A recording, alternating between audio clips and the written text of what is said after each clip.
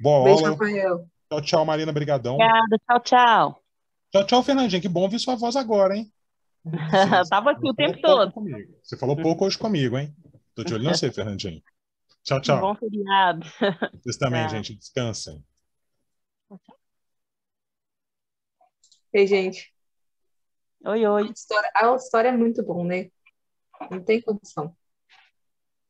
Eu História, também amo aula história. Amo história. história, português, biologia. É bom. Aí sim, mas sério, eu amo essas fofocas que o professor de história sempre tem, umas curiosidades assim super, super diferenciadas. Você fala de onde que, por que que eles sabem disso, sabe? Consegui. Mas aqui, né? Agora vamos voltar, né, para o Darwin. Vamos começar agora a parte de evolução.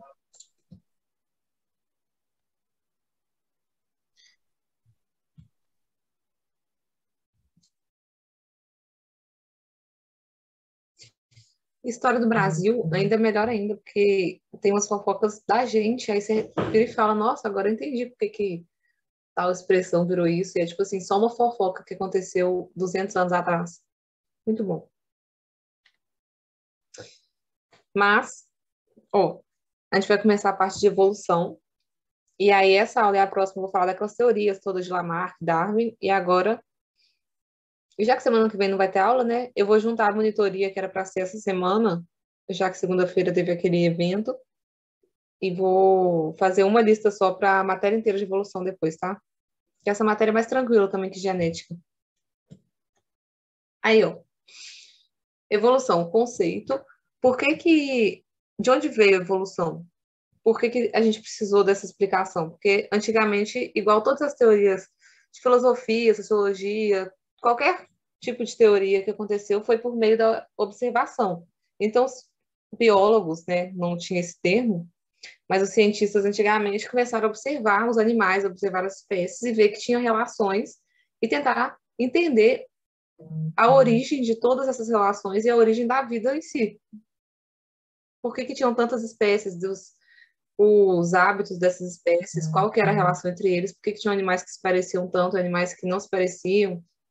E aí foram procurando essas relações para conseguir explicar isso. Só que a gente sabe que antigamente, né, as explicações elas eram míticas. Então, primeiro tinha o criacionismo, então outras explicações sobrenaturais sobre por que que a vida teve início da vida e por que que tem essa grande biodiversidade, que a gente sabe que há uma grande diferença entre uma explicação científica e uma explicação teológica, porque a explicação científica ela tem comprovações, ela tem dados, ela tem pesquisa, nem que seja por meio de observação, não as pesquisas e os dados que a gente tem hoje em dia. E aí foi por meio dessas experiências, dessas explicações, dessas teorias que esses observadores estavam procurando, que formou o conceito da evolução biológica que a gente conhece hoje, que é a enorme variedade de espécies viventes é resultado de processos de adaptação e transformação inerentes à própria vida. Ou seja, tudo que a gente sabe da biologia atualmente, a base dela é evolução. A gente não consegue estudar nada da biologia sem evolução, porque evolução explica literalmente tudo.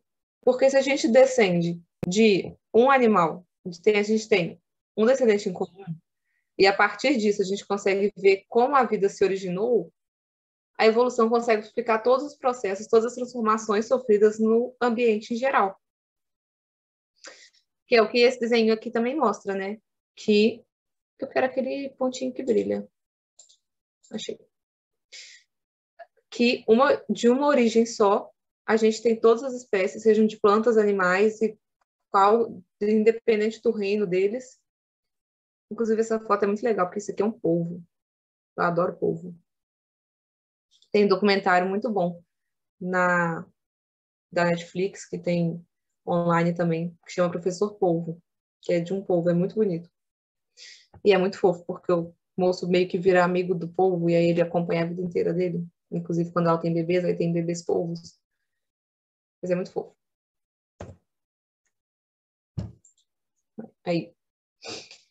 Aí,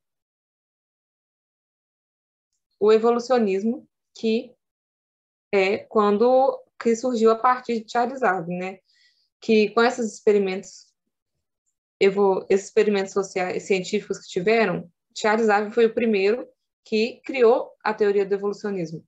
Que é isso, que nós originamos, temos um descendente em comum e que todas as espécies evoluíram com o tempo, por meio da adaptação, de coisas assim. Isso eu vou falar mais detalhado na próxima aula, isso aqui é só para dar uma introdução.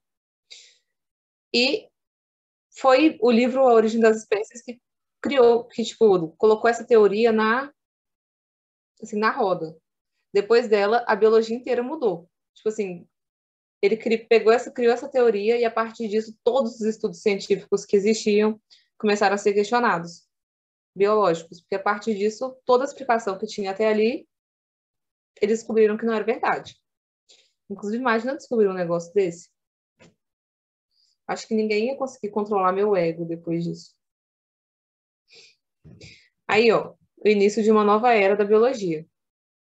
E aí, depois disso, surgiram mais pesquisas por cima das pesquisas de Charles Darwin e tal.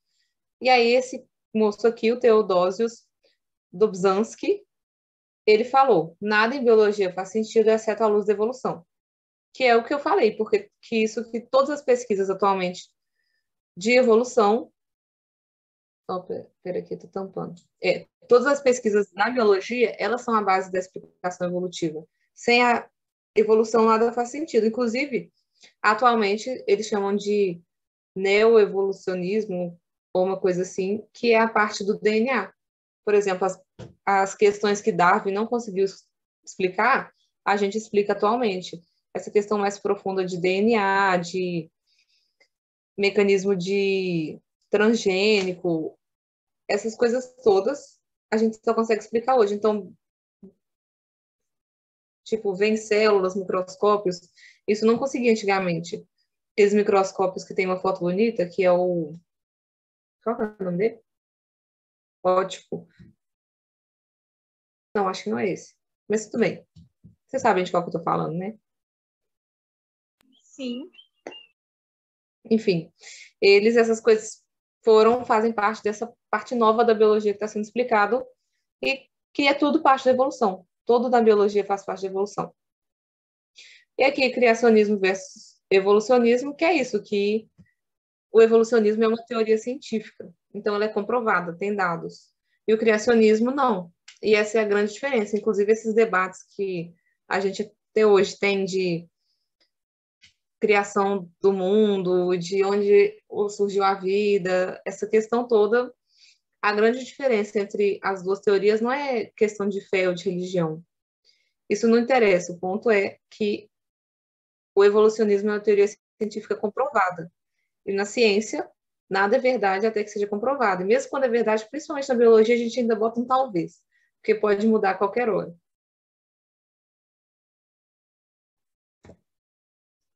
Aí, ó, aqui eu vou falar das três principais evidências. Tem diversas outras, mas essas são as mais importantes. Evidências da evolução, que foram essas coisas que esses cientistas observaram na Terra e viram que tem semelhança entre as espécies.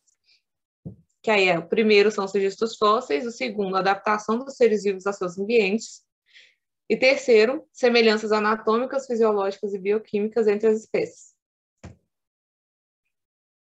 Aí, ó, registros fósseis. Vocês viram que eu deixei o dinossauro rosa?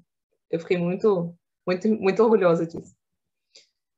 Aí, ó, são os vestígios deixados por seres que viveram no passado, podendo ser entre ossos, dentes, pegadas, animais conservados, matéria orgânica, etc.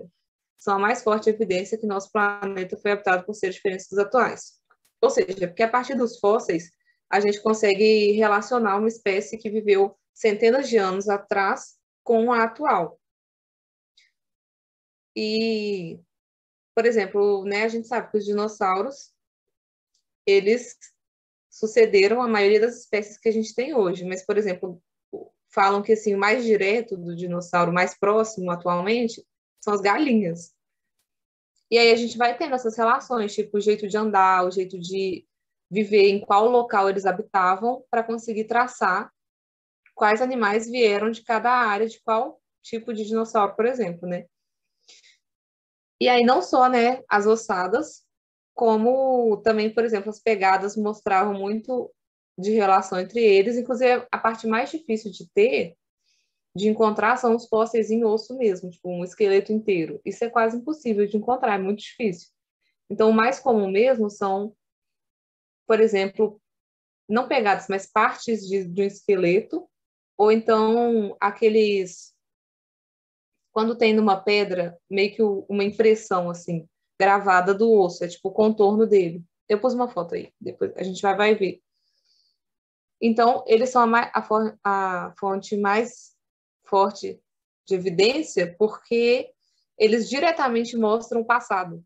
Então, a gente consegue fazer essa comparação, e não só um passado. A gente tem ossos e fósseis tipo de milhares de anos e de centenas de anos atrás. Então, a gente consegue fazer uma comparação linear e histórica sobre essas espécies e onde elas viveram, e como elas viveram, e como elas eram. Inclusive, eu não sei se você já viram aquele meme, mas eu acho muito bom, que é quando eles tentam reconstruir os animais a partir de uma ossada deles, e aí, toda vez que eles tentam reconstruir, é um bicho muito, tipo assim, medonho, uma coisa muito assustadora, e aí eles pegam um animal de verdade e é tipo um bichinho fofinho. E aí todo mundo zoa que, na verdade, o dinossauro desse jeito que ele é representado, é, na verdade, só tipo um lagarto, só um bichinho, assim, peludinho. É muito bom. Eu vou achar esse meme, eu mando. Aí, aqui, ó. Esse daqui que eu tava falando, que é tipo uma impressão. Não fica o osso em si. Fica o lugar que o osso ficava, fica intacto, mas o osso em si, ele é bem mais difícil de ser conservado. Aí, nessa primeira imagem aqui, mostra como é esse processo de fossilização, que depende de muita coisa para conseguir manter um fóssil, assim, bom para ser estudado. Que é, primeiro o animal morre, aí ele passa por todo o processo de decomposição, isso, assim, entre milhares de anos, da foto 1 para a foto 4. Aí ele é coberto por matéria orgânica, por coisas do meio ambiente em si, o processo de decomposição continua, outras espécies andam por cima dele, sobrevivem, se constroem, e aí no final fica assim, ele fica para baixo, e aqui tem várias camadas de mudanças que ocorreram nesse terreno, inclusive tanto do terreno em si, quanto da fauna e da flora. E aí é essa parte que é explorada depois por arqueólogos. E para isso acontecer, tem que ter uma concentração de... Como é que fala quando a gente bota sal na conservação? Tem que ter uma conservação muito grande. Por exemplo, a gente sabe que água ajuda a conservar, sais, no geral, ajudam a conservar, mas para ter um fóssil muito bem utilizado, tem que ter toda uma estrutura ambiental para ele conseguir ficar desse formatinho bonitinho aqui. Aí essa foto de baixo é uma pegada, que da mesma forma que esse bicho aqui de cima, ela ficou cravada numa pedra, numa rocha, e aqui é a ossada mesmo de um dinossauro. Aí, a adaptação, que é a segunda evidência evolutiva. Eu estou falando rápido, vocês estão acompanhando? Estou É de boa. acompanhando. Ok. Aí, ó, adaptação. É o ajustamento que os organismos apresentam em relação ao ambiente que vivem. Por exemplo, a camuflagem e o mimetismo. Ou seja, é aquela questão toda da seleção natural e tal, que as espécies se adaptam ao ambiente que elas estão. E a partir da adaptação, a gente consegue ver a evolução daquela espécie.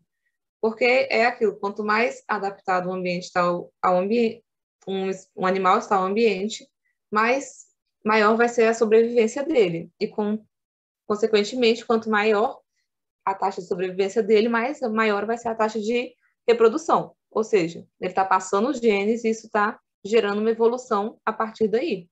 Então, a gente consegue fazer esse caminho também. Aí, né, um exemplo de camuflagem, que é o camaleão e a coruja. E também tem outros tipos de camuflagem, por exemplo, aquelas raposas que sempre tem em exemplo quando a gente dá essa matéria, que elas são cinza nas estações que não tem neve, e elas trocam de pelo e ficam brancas nas estações que tem neve. Ou seja, isso também é uma forma de adaptação, porque ela está se camuflando naquele ambiente, fugindo de predadores. E o mimetismo, que é quando uma espécie consegue, ela se assemelha fisicamente à outra, e com isso ela consegue escapar de predadores. Isso pode ser bom para a espécie que está sendo lá fazendo essa imitação e para que está sendo imitada também. Por exemplo, né, essa cobra, a da direita é a peçonhenta e a da esquerda é a mimética. Ou seja, elas são praticamente idênticas, só que isso é muito bom para que está sendo copiada, porque os predadores sabem que ela é venenosa e então eles não chegam perto dela. E para essa também é boa porque, na verdade, para ela não vai fazer diferença, mas não prejudica nem faz diferença. E essa borboleta aqui, mariposa, que imita os olhos de uma coruja. Então, os predadores também acham que ela é uma coruja e não tentam comer ela. Inclusive, olha como é que parece, tipo.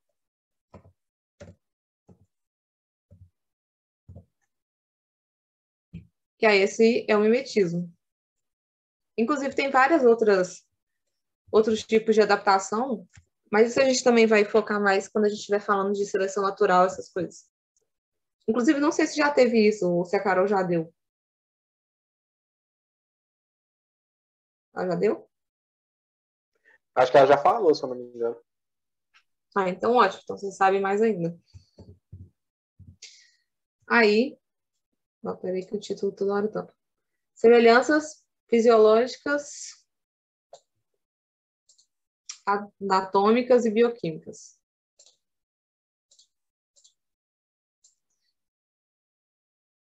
Aí, ó. Tem vários tipos dessas semelhanças. Primeiro, as espécies possuem estrutura corporal semelhantes, mesmo apresentando funções diferentes, como as asas de morcego, nadadeiras de golfinho e braços de pessoas. Eu vou falar uma por uma, mas aí eu vou mostrar uma foto aqui. Aqui. Essa primeira foto mostra a baleia, o sapo, um cavalo, um leão, um homem e um pássaro. A estrutura esquelética de todos esses animais é muito, muito parecida. Tá vendo? Que primeiro tem dois ossos, aí os dedos, no caso, a forma que eles são feitos, todas elas são similares. Porém, todas têm uma função muito diferente. Só que, já que elas todas têm uma forma similar, isso mostra que elas evoluíram parecida, ou seja, tem um descendente em comum. Todas elas vieram de alguma coisa, mesmo tendo pequenas modificações, porque, né, cada tipo de animal vai ter suas necessidades e, consequentemente, sua própria evolução. Mas a origem deles está em um antecessor só. E essas semelhanças, no caso, isso aqui é como se fosse os membros superiores. Isso acontece em todo o corpo, toda a estrutura corporal desses animais, principalmente mamíferos, no caso, porque é mais fácil de comparar e a descendência é mais próxima. Aí, ó, formação embrionária semelhante, que é a segunda foto. No início aqui, nessa primeira linha, a gente vê que todos eles são muito parecidos. E aí, a partir com o tempo da formação embrionária, eles vão se diferenciando. Mas o início é muito similar. Isso mostra, de novo, que eles descenderam de uma mesma espécie. Porque se todos eles parecem muito, é porque antigamente era tudo uma coisa só. Assim, isso é um jeito bem básico de falar, mas o antigamente é tipo milhões de anos atrás. Aí, ó, órgãos vestigiais. Eu não botei foto aqui, mas são os órgãos que, por exemplo, o apêndice nosso, a gente não utiliza mais, só que ele tinha uma função e tem uma função em outras espécies. Então, o apêndice para a gente não é relevante. mas tem algumas espécies, tipo cavalo, que ele é relevante. E aí a gente faz essa análise de origem, porque se a gente tem esse apêndice, é porque em algum momento da história evolutiva ele era útil para a gente. Então, isso também é uma evidência vestigial. Inclusive, outro órgão vestigial que eu acho bem legal é... Alguém aí consegue mexer a orelha? Vocês já viram alguém mexendo a orelha? Eu já vi bebês mexendo a orelha. Eu já vi vídeo só. Bebês? Pois, É, mas quando entra na água, a orelha fecha automaticamente para não entrar água dentro do ouvido. sério? Sério. Vou ter que Tem botar um algum bebê na água. Eu nunca vi, não. Não recomendo. Amanda, me empresta É um, pelo porque bem da você tem ciência. 2. Eu nunca vi, não, e não sei mexer também, não. Eu vou botar um bebê na água assim que eu achar um. E aí, né? Enfim, isso de mexer a orelha, tem gente que consegue mexer ela de um lado para o outro. Isso também é um órgão vestigial, porque você pensa num gato ou num burro, que eles conseguem mexer a orelha para todos os lados. Isso é um órgão vestigial, porque antigamente a gente descendia de uma espécie que conseguia fazer isso, porque era útil. E agora não é mais necessário.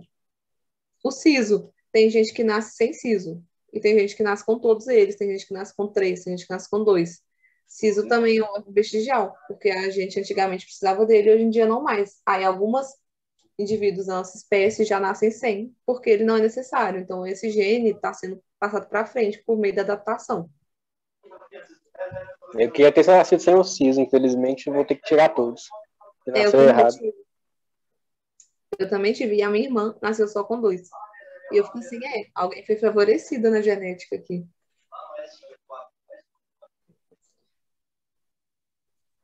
E aí, ó, órgãos homólogos e órgãos análogos.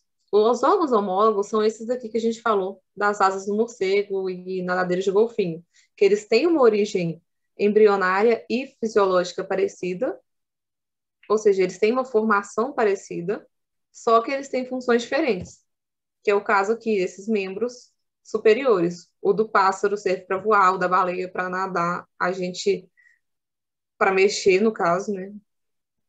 Então, eles têm formação similar, fisionomia similar, só que têm funções completamente diferentes. E o análogo é o contrário, que são espécies que têm a mesma função, só que origens diferentes. Como, por exemplo, a asa de um pássaro ou de um morcego e as asas de uma borboleta. A origem dessas duas espécies é completamente diferente. Só que eles têm a mesma função porque uma questão evolutiva. Acabou que os dois precisaram de ter asas para conseguir sobreviver. Então, eles desenvolveram ela de outra maneira, mas aí isso também serve de comparação para esses estudos, porque aí você fala, tá, mas um inseto e um pássaro têm a mesma estrutura corporal. Será que eles vieram do mesmo descendente? Não. Só que isso, né, requer pesquisa. Você quer perguntar alguma coisa, Guilherme? Não, tô de boa aqui. Eu deixei aberto mesmo. Ah, tá. Não, e eu gostei que na outra aula estavam te chamando de Gui, eu também vou te chamar de Gui. Pode? Eu não ligo muito, não, sinceramente. Então, ok. Eu só acho estranho quando alguém fala Guilherme, fala sem o H. Eu acho Guilherme. estranho. Aí fica difícil. Não, vai seguir então. E por último, evidências moleculares, igual eu botei um DNAzinho aqui rodando, que é exatamente isso. A gente tem as composições químicas das espécies de animais, elas são muito parecidas. Por exemplo, o jeito que a gente respira, animais que têm respiração aeróbica, essa troca gasosa normalmente é muito similar. O DNA de todas as espécies, a base deles, os nucleotídeos, são todos iguais. Ou seja, o que muda é o número de cromossoma, a formação, a organização, mas a base, elas são todas iguais. Então, isso são provas de que a gente tem uma ligação entre todas as espécies. A gente tem um descendente em comum, porque senão cada um teria um tipo de DNA diferente. Não é assim que funciona. E aí, vou deixar na foto da Coruja, que eu gosto dela. E aí é isso. Aí na próxima aula, depois do feriado, eu vou falar das teorias por si só de Darwin, Lamarck, essas coisas. E aí é isso. Vocês têm alguma dúvida? Não, pra mim tá de boa essa matéria. Eu também vi ela Legal, recentemente né? na escola também. Sim. E ela é bem mais fácil que genética. Professora, Cristiano, eu vi água sua viva tem. resposta da minha pergunta no chat. Ai, não vi. É porque eu tive que botar a câmera em cima e aí tá tampando. Tem algum animal que evoluiu recentemente, desenvolveu alguma nova característica? Todos.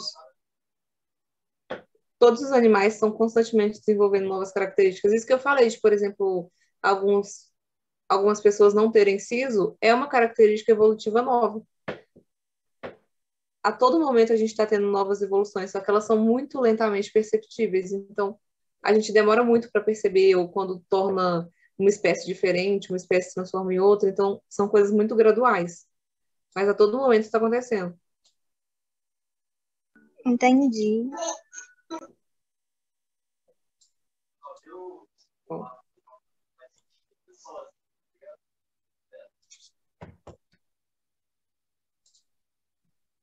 Mas é isso então, gente.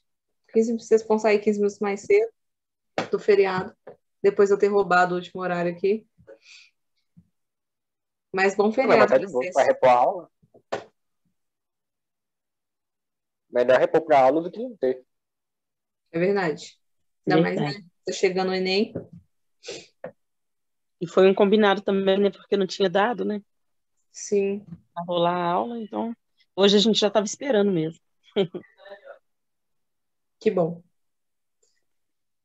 Mas aí, é isso. Descansa esse feriado, que aí depois a gente já volta. E aí, com sangue nos olhos de novo. E é meu aniversário. Tem que descansar no meu aniversário. Vai fazer aniversário agora? Eu vou fazer terça-feira, no Dia das Crianças. Ô, gente.